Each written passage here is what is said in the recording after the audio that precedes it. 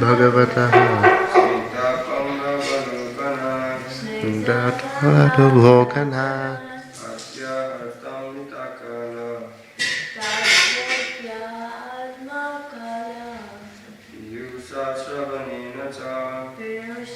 Vanena cha Brahmasudvanma Palakshaksham Jaluditam Yavasanam Upasamshritamalinam Yadahanam asamshritam. Mataji. Bhavishyatartidhavayam Adhiraja sahatmajaha Dadarsha munim hashinam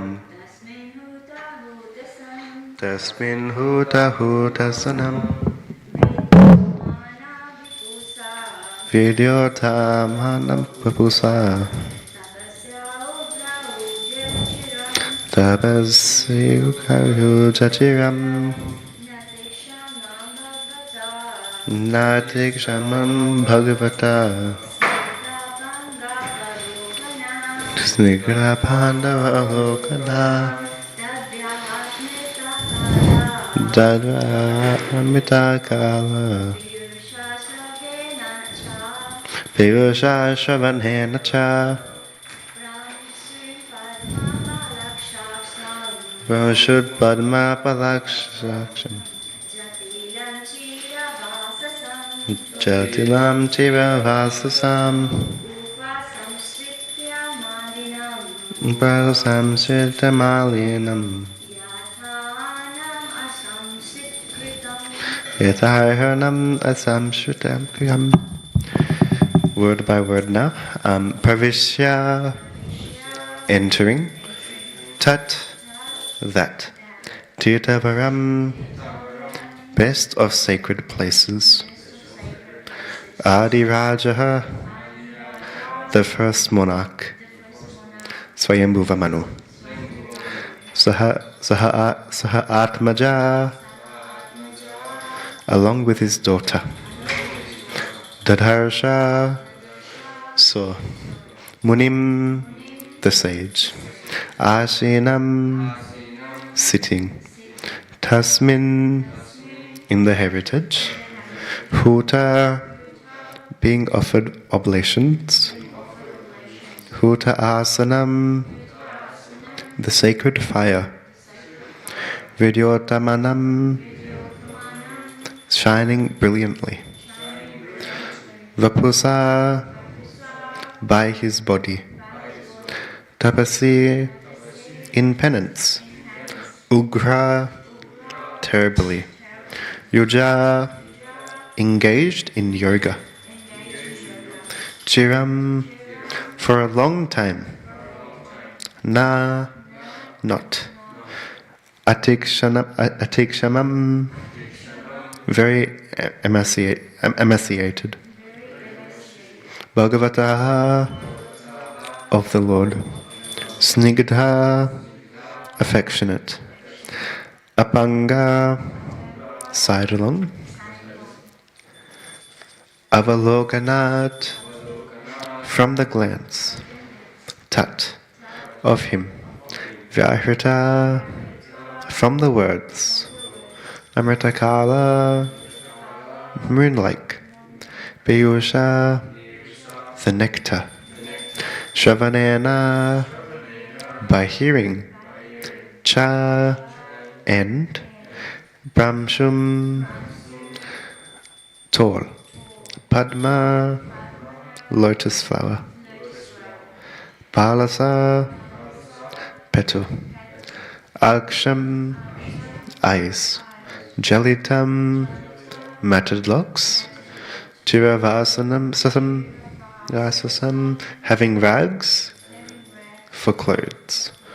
Upasamstriya, having approached.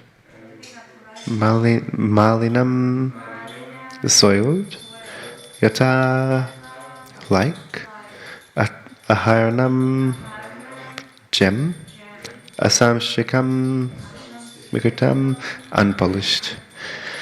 Translation and purport by His Divine Grace A.C. Bhaktivedanta Swami Srila Prabhupada Ki Jai. Translation: entering the most sacred spot with his daughter and going near the stage, the first monarch, Swayambhuva Manu, saw the sage sitting in his hermitage, having just perpetrated the sacred fire by pouring oblations into it. His body shone most brilliantly, though he had engaged in austere penance for a long time. He was not emaciated, for the Lord has cast his affectionate sidelong glance upon him, and he had also heard the nectar flowing from the moon-like words of the Lord. The sage was tall, his eyes were large, like the petals of a lotus, and he had matted locks on his head. He was clad in rags. Swayambhuva Manu approached and saw him to be somewhat soiled, like an unpolished gem. Translation by Srila Prabhupada. Here are some descriptions of a Brahmachari yogi.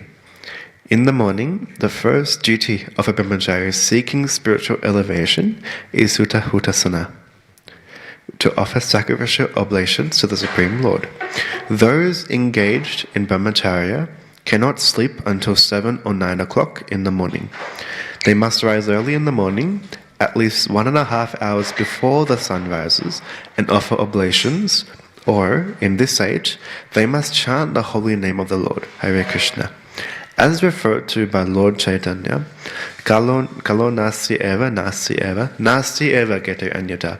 There is no other alternative, no other alternative, no other alternative. In this age, to chant the holy name of the Lord, the Brahmachari must rise early in the morning, and after placing himself, should chant the holy name of the Lord. From the very features of the sage, it appeared that he had undergone great austerities. That is a sign of one observing Brahmacharya, the vow of celibacy. If one lives otherwise, it will be manifest in the lust visible in his face and body. The word vidyotamanam indicates that the Brahmachari feature showed in his body. That is a certificate that one has undergone great austerity in yoga. A drunkard or smoker or sex monger can never be eligible to practice yoga. Generally, yogis look very skinny because of their not being comfortably situated, but Kardama Muni was not emaciated, for he had seen the Supreme Personality of Godhead face to face. Here the word Snigdha Pangavalokanat means that he was fortunate enough to see the Supreme Lord face to face. He looked healthy because he had directly received the nectarian sound vibrations from the lotus lips of the Personality of Godhead. Similarly, one who hears the transcendental sound vibration of the holy name of the Lord, Hare Krishna, also improves in health. We have actually seen that many brahmacharis and grihastas connected with the International Society for Krishna Consciousness have improved in health, and a luster has come to their faces. It is essential that a brahmachari engaged in spiritual advancement looks very healthy and lustrous. The comparison of the sage to an unpolished gem is very appropriate. Even if a gem just taken from a mine looks unpolished, the luster of the gem cannot be stopped. Similarly, although Kardama was not properly dressed and his body was not properly cleansed, his overall appearance was gem-like. We'll do Manglacharan now. Om Jnana Timirandhasya Jnana Jana Shalakaya Chakshu Unmilitam Yena Tasmai Shri Gurave Namaha Shri Chaitanya Manobishtam Stapitam Yena Bhutale Swayam Rupagadamayam Dadhati Svapadantikam Vandeham Shri Guru Shri Yuta Padakamalam Shri Guru Vaishnavamsha Shri Rupam Sagrajatam Sahagana Raghunathan Vidam Tam Sajivam Sadvetam Savadutam Parjana Sahitam Krishna Chaitanya Devam Shri Radha Krishna Padan Sahagana Lalita Shri Vishakhan Vitam Sha He Krishna Karana Sindhu Dina Bandhu Jagat Padet Gopesha Gopika Kanta Radha Kanta Namastute Tapta Kantana Gorangi Radhe Vrindavaneshwari Vrishabhanu Sudhe Devi Pranamhami Haripriye Dvanchakalpatarubhyascha Kripa Sindhu Bhavevacha Patitanam Pavanebhyo Vaishnavebhyo Namo Namaha Jai Shri Krishna Chaitanya Prabhu Nityananda Shri Advaita Gadadaya Shivasadi Gaura Bhaktavinda Hare Krishna Krishna Krishna Hare Hare Hare Rama, Rama Rama, Hare Hare, Hare Krishna, Krishna Krishna, Hare Hare, Hare Rama, Rama Rama, Hare Hare, Hare Krishna, Krishna Krishna, Hare Hare, Hare Rama, Rama Rama, Hare Hare. Hare Krishna. Once again, on behalf of ISKCON Sydney, welcome to this morning's Bhagavatam class. Today we're reading from Canto 3, Chapter 21, text number 48. The title is entitled Conversation with Manu and Kardama. And the main theme of this verse is Brahmacharya. A very detailed topic, very interesting topic. Just before I begin, I have to say I'm not qualified at all to even sit on the Vyasasan or to speaking about Brahmacharya. Prabhuji is here, you are here, Mataji, you're more exalted than me than I could ever be. Please pray for me so I can somehow or other learn what I actually say and actually imbibe. Praying for your forgiveness if I also say anything wrong. Just a quick overview of the chapter. We've gone through this over the last month. Basically, this whole chapter is supposed to be the conversation between Kardama Muni and Swayambhuva Manu. Interesting though, the actual conversation, actually the actual time they meet is from verses 33 to 49. No, 43 to 49. So it's a very, very small portion of the chapter itself, but it is very, very significant. Specifically, this is after Swayambhuva Manu actually goes to Kardama Muni. The whole pastime is there. Kardama Muni just obviously had the darshan of Lord Vishnu himself personified, heard from him and had his lotus glance upon him. So without any further ado, we'll start with the quick themes. Essentially, in the translation itself, it identifies cause and effect. So the causes within the translation as to Kardama Muni's situation is that Lord Vishnu firstly had his affectionate glance upon him. Krishna glanced upon him, he looked at him.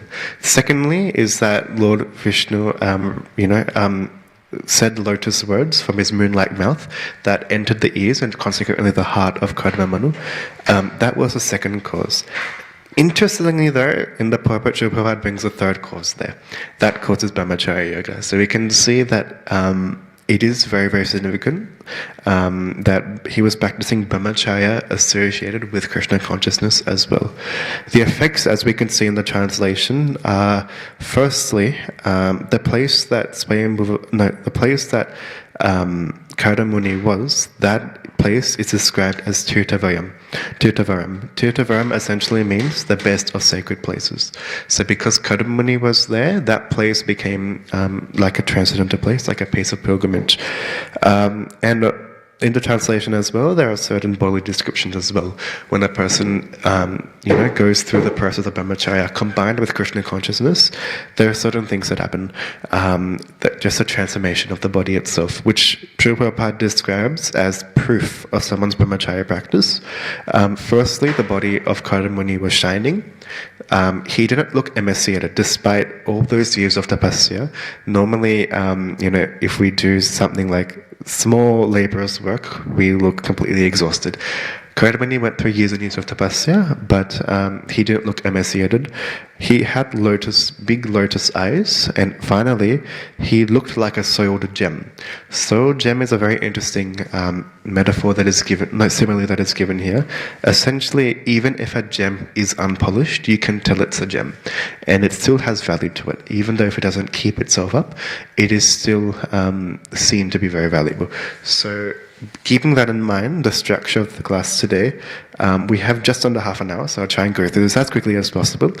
But essentially the first cause was that Karadamuni had the direction of the Lord. Secondly, he had practiced Brahmacharya very, very strongly, mixed with Krishna consciousness as well. He chanted the Hare Krishna Mahamantra. Well, that's what we are instructed to do. That time he was performing sacrificial sacrifices. The fourth stage of the verse is that pure devotees are tirthavaram, they are places of pilgrimage. And finally, the effect is the qualities that we see, the transformation that occurred to Karadamani. Once again, a few disclaimers. As I said before, I'm not qualified to speak on Brahmacharya. The science of Brahmacharya as well, it does relate to all genders. Now, Srila Prabhupada and depending on who you like, the past acharyas that you read or listen to, there is this preference towards the male towards the female, but we need to understand that it's actually both genders can be detrimental to each other essentially. I was reading a book by His Holiness Bhakti Vikas Maharaj. Those who know, he's very, very strong. But in that book, he was saying that we often get through a bit caught up, become a bit fanatic as well, like, Mataji is a Maya. It's not the case. He was explaining that, for a Mataji, a male is to be considered Maya, and then for a male, vice versa, just because of that attraction that can occur. Opposite gender, he was saying, is the thing that matters the most. However, given that Bhagavatam was spoken to the Naimisharanya sages, Srila Prabhupada wrote letters instructing Brahmacharya mainly to male disciples. We need to understand in that perspective, but the perspective is to the opposite gender. Finally, Srila Prabhupada does also bring up a point in the chapter about Brahmacharyas and Grihastas. Now, some people, they are Grihastas, they say Brahmacharya is not related to me. That is not the case. Brahmacharya is related to everyone for two different reasons. Firstly, by understanding the science, we can understand the dangers that come through unrestrained engagements. There has to be some sort of regulation that's there. And the aim of everyone, according to Srila Prabhupada, the aim of everyone in Grihastha is to progress to Vanaprastha eventually. And on the side note as well, those who are Grihasthas, their children, Srila Prabhupada also says that they have to be brought up in, Gurukul or some sort of Brahmacharya practice, so they don't get entangled or they don't suffer, just like the masses are today. So, just a few disclaimers, we'll dive right into it. First question, what is a Brahmachari? Now, I think Prabhuji, especially you might be more than qualified to answer this question. To answer this question as to what is a Brahmachari yogi, Srila Sridhara Swami, in his commentary to Srimad Bhagavatam, 6th canto, I think it was first verse of 12th chapter, he gives 8 different descriptions, classifications by which we should understand what a Brahmachari is, or a Brahmacharini. The first is that they are not thinking of the opposite gender. So it starts from the mind itself. It's not necessarily the act of performing, but it's just thinking about the opposite gender. Secondly is speaking about such engagements through the mouth, so that's words. The third one is daily hanging around or loitering around the opposite gender without any proper reason. The fourth is to look at the opposite gender lustfully. The fifth is to talk very intimately with them, more than what is required. Srila Prabhupada did say, he was actually received a letter, I think in 1975, I believe, I have to check, but he received a letter asking if, we should associate with the other gender. And Srila Prabhupada said, first answer, 100% not. We should associate with the other gender intimately. However, just because of the way the Western world has been brought up, it does happen. So he said just keep it to a minimum. Sixth is mentally deciding to engage in intercourse. So that goes back to the mind again. Seventh is actually endeavoring to engage in such behavior. And then the eighth is actually engaging in it. So Guru Maharaj, he calls this BMW. We all have a BMW, but that BMW is body, mind, and words. In Srila Prabhupada's purport to the 6th chapter, 12th and 13th verse, he quotes Yajnavalkya, and essentially he's explaining that to progress in Krishna consciousness, we have to maintain and control three things: our body, our mind, and our words. Often people think when they go for initiation, or they do the test, or they actually sit in the initiation yagna, they think there are 4 regulative principles. For example, no illicit sex is one of them. And they think that engaging in it's limited to just engaging in such behavior, but it's not the case. Simply, as Yajnavalkya does explain, it starts from the mind. Everything starts from the mind. If we think about these things, then it does go to our detriment as well. So, quickly, these 8 things are how we can classify what a brahmachari is, firstly. Now, interestingly, the brahmacharya practice itself is very, very austere. It's very, very difficult. And interestingly, it is not actually supposed to be easy. Often devotees, we say, we have to wake up in the morning, Mangala Arati, we have to chant, to do so many things. It definitely isn't easy, but there is a reason to it. And I think I was discussing this a month ago in the class, but Lord Krishna himself is pleased when we engage all our senses in him. If we do something half-heartedly, or we do something 50% of the time or 25% of the time, then Krishna won't be as pleased as we would like him to be. And eventually, we need to understand that whatever we do in Krishna consciousness, it has to be a stepping stone for us to actually progress deeper. Otherwise, lust will definitely cultivate. If we don't safeguard ourselves, lust will conquer. And we all know that lust is probably the most dangerous weapon that's out there, that Maya has. So it's very important that we have to engage ourselves in intense devotional service. That's the purpose, the main reason of brahmacharya. Lust itself, Srila Prabhupada writes that lust is Maya's most lowest, grossest, and formidable weapon. And if we look all around us in today's modern day society, everything is practically driven by this idea of lust. For example, if you walk on the streets, just casually walking through the streets, you will see signs, advertisements, posters, people dressed up in certain ways. And the whole idea around all of this, essentially, is to cultivate and invoke some sort of lusty desire. And at the same time, we need to understand that this idea of lust is not our natural position. If you think about it from a sane perspective, it actually doesn't really make much sense. It does seem quite silly, but we need to understand that our original position is to be the servant of Krishna. It's to serve. It's not to enjoy our senses. However, society has sort of molded into that perspective. Not much we can do, but unfortunately, society's perspective is to center everything they do around that false sense of happiness. Now, what is that false sense of happiness? It is trying to satisfy their senses, because senses will never be pleased. You'll never be 100% happy. Like this, they'll just keep going and going. And the effect of society being misled is essentially everything in Srimad Bhagavatam 1.1.1, the very first verse of Srimad Bhagavatam. Srila Prabhupada writes a very, very strong point that the whole material creation that we see is driven, I'll quote, the whole material creation is moving under the principle of sex life. That is the focal point of all activities.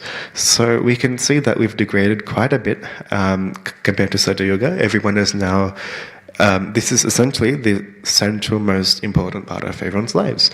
It is the fact, and Srila Prabhupada in Srimad Bhagavatam, Canto 4, Chapter 25, Text 25, he goes into a little bit of a historical class spirit, and he quotes even examples of many, many great living entities that we all know, even non-devotees know them very well, who fell because of this lust that actually cultivated. It's not natural, and we all know if something isn't natural, we won't succeed in that sort of atmosphere. For example, a fish is in the water. If you take a fish out of the water on the land, the fish won't survive long. The main reason is because its natural position is in the water. Simply, as Chaitanya Charitamrita states, our position is Jiva Supohoy, Krishna entered us. So our position is to serve Krishna. So there he gives 3 examples. The first one is a Roman hero called Antony, who was captivated by Cleopatra and eventually led to his demise. Maharashtra, there is a story of Babajaya, who fell for the opposite gender, and because of that, he was eventually defeated not long after. Finally, he introduces a strategy that was invoked by Chanakya Pandita. Just to defeat the king, he invoked one strategy which involved using the opposite gender to try and attack them and then eventually kill them afterwards. So Srila Prabhupada here says that because we become attracted to material features, look at history itself. Because we're becoming attracted to material features, it becomes very, very difficult for us to actually surrender to Krishna properly. These are all impediments in the path of bhakti, so it's important to just cut them out as soon as possible. Yep, so now we've sort of covered Brahmacharya. That was a very strong discussion, but now we need to understand what is the purpose of Krishna consciousness. Now we're on ISKCON itself for some sort of reason. We sort of have to make that decision if we want this to be our last life, or we want to be eternally situated in Krishna's service, or we do want to keep enjoying and satisfying our senses. It's one or the other. Of course, those who are very, very exalted, purified, they have the endeavor to, even if they're born again and again, they serve the lotus feet of the Lord constantly, eternally, life after life. That is perfectly fine, but we need to understand that, do we want to achieve that platform? Or are we going to just keep satisfying our senses?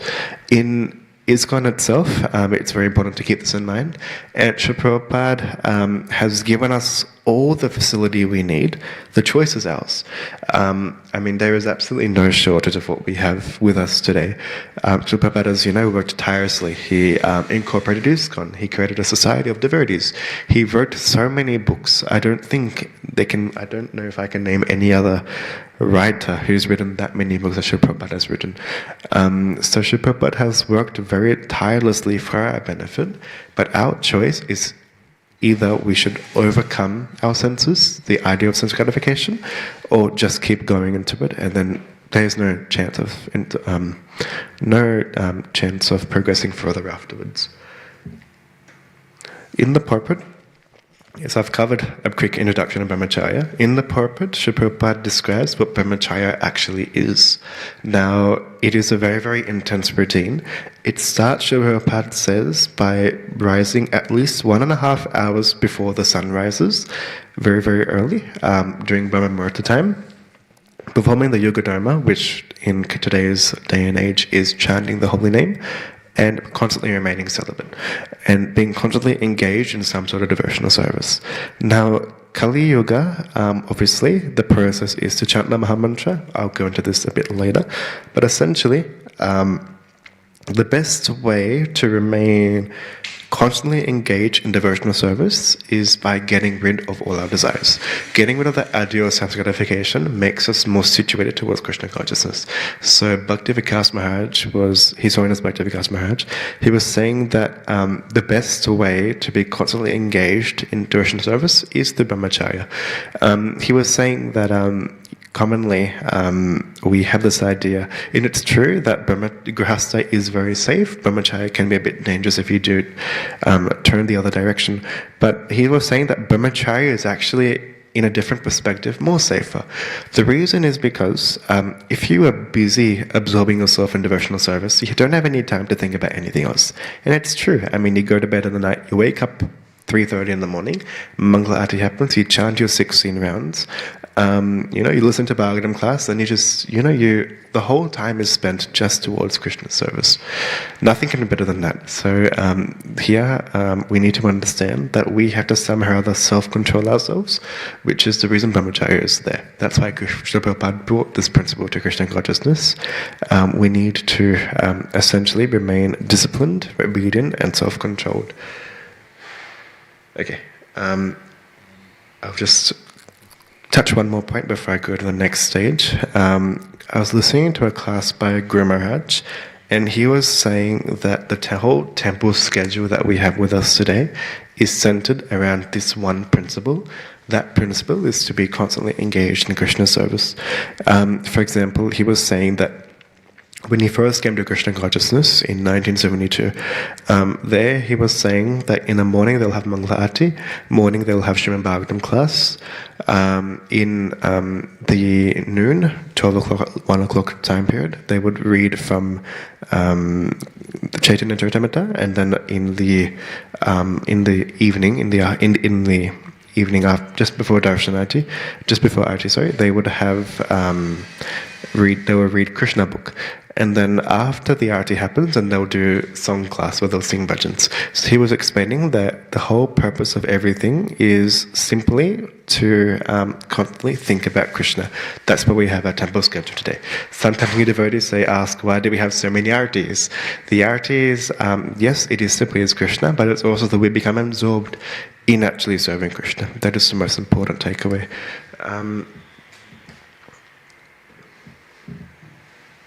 Okay, I'll go to the second point now, which was about the holy name.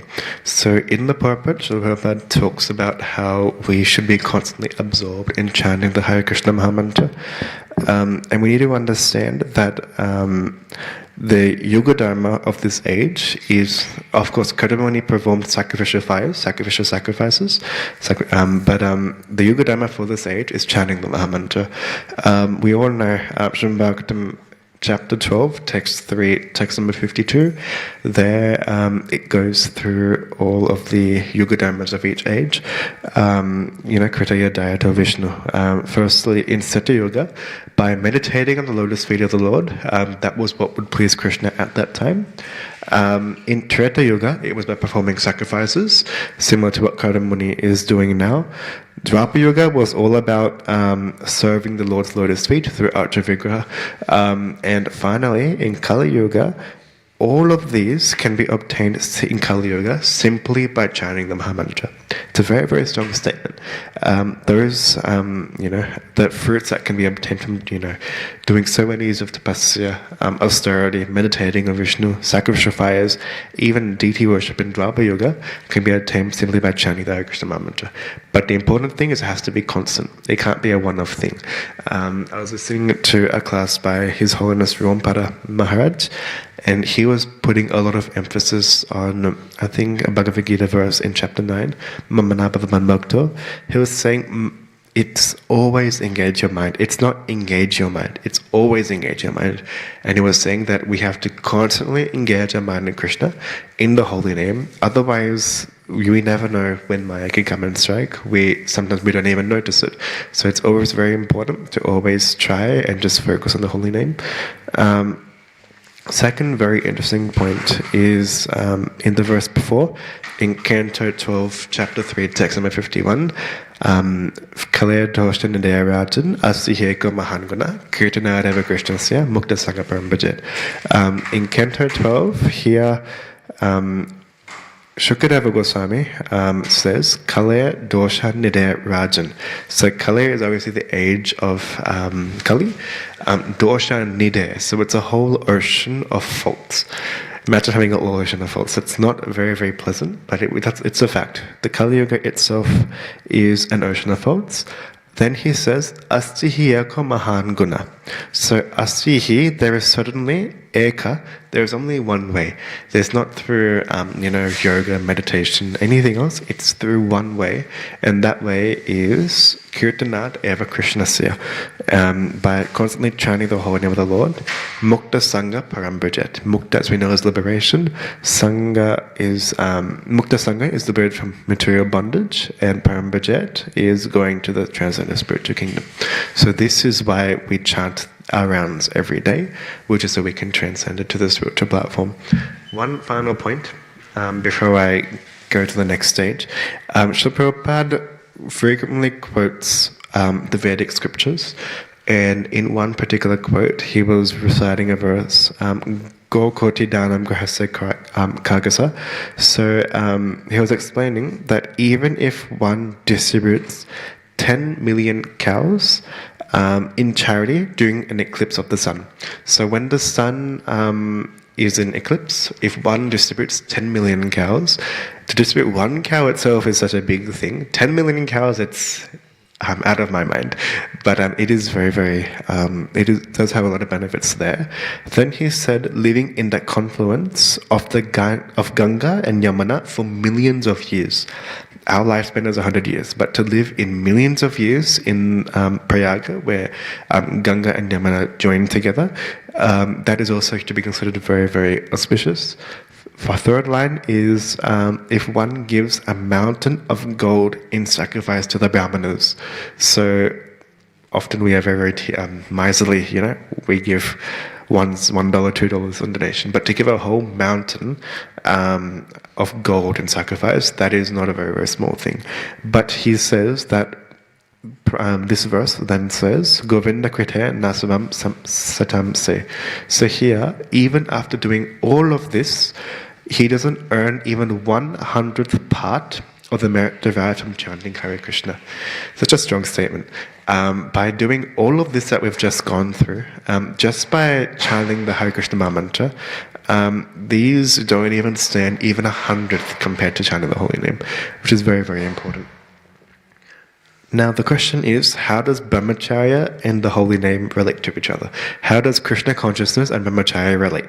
Now, we need to understand that Brahmacharya itself supports Krishna consciousness. At the same time, Krishna consciousness also supports Brahmacharya. It's like a give and take relationship.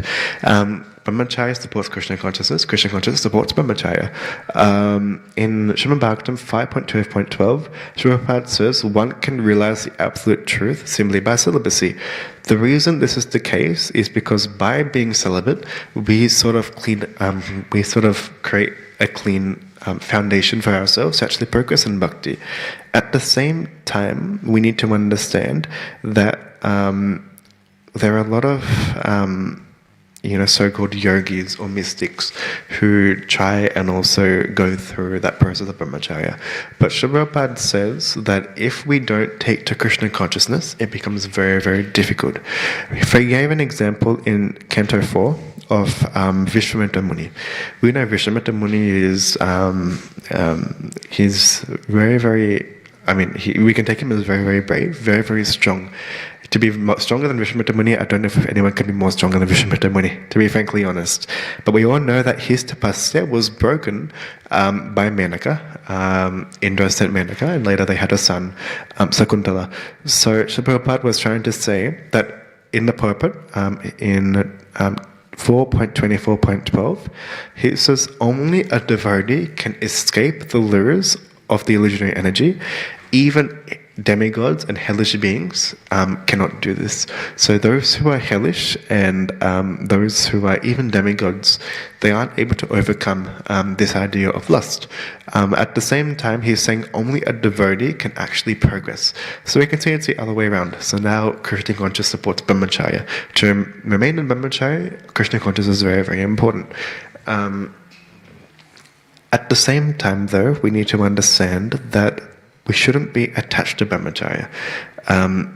So often we have the idea that those who are wearing orange or those who are living in the temple, they're a separate, class, or they're a separate sort of, what can I say, like a designation.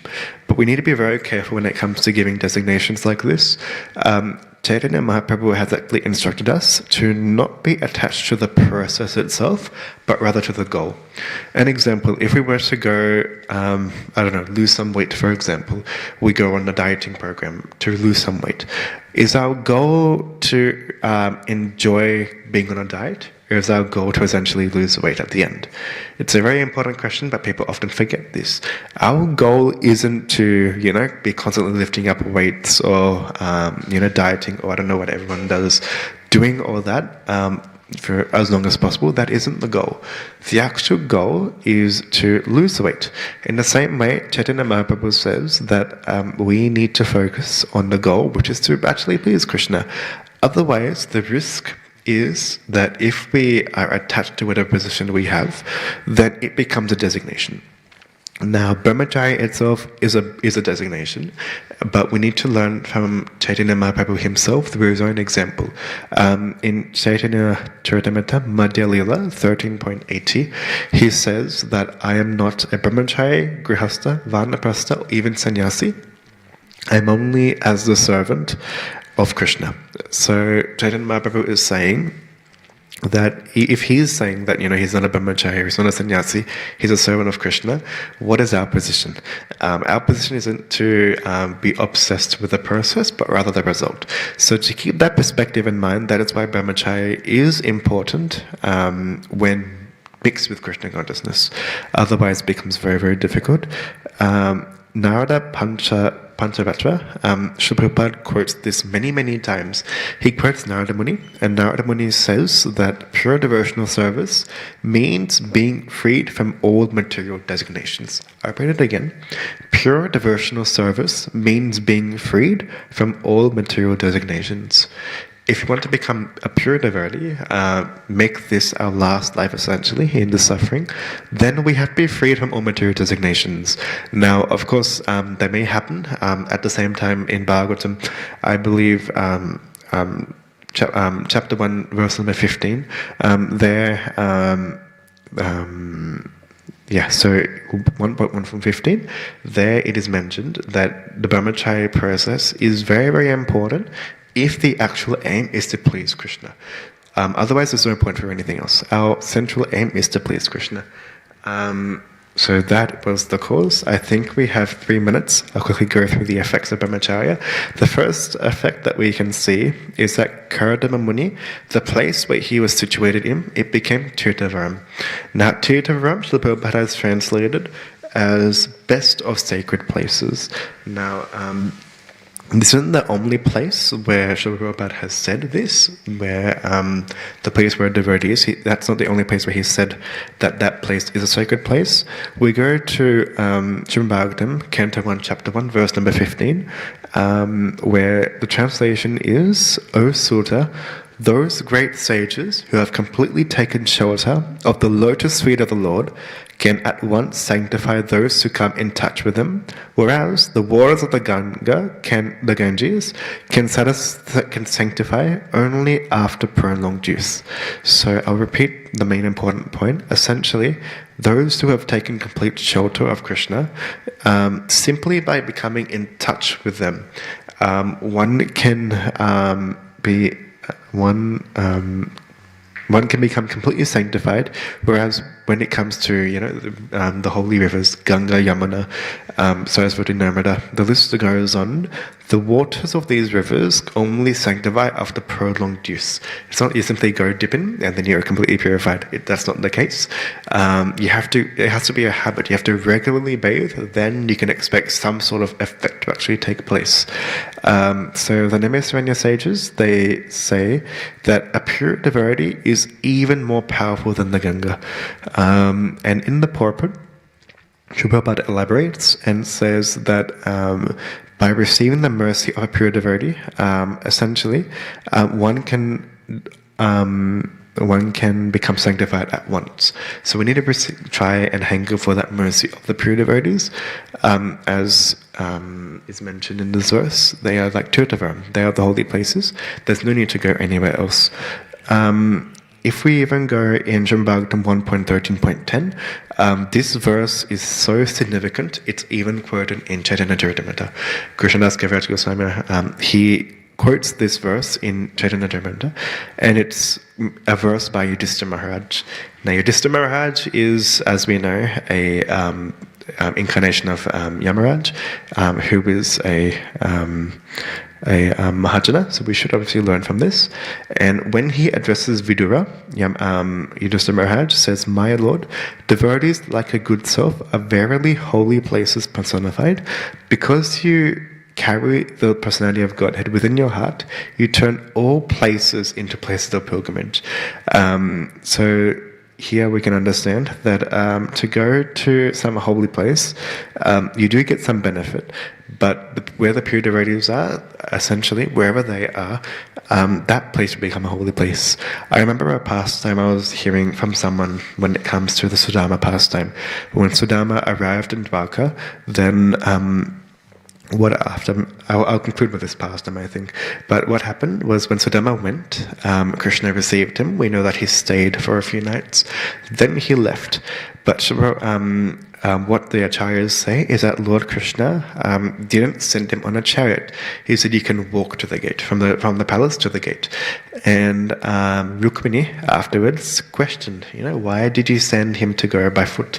You have a chariot, you have, Krishna is, the king of all opulences. There's no shortage of anything. Why didn't you send him on a chariot? Then Krishna explains, my objective was not to simply let Sudama leave Dwarka.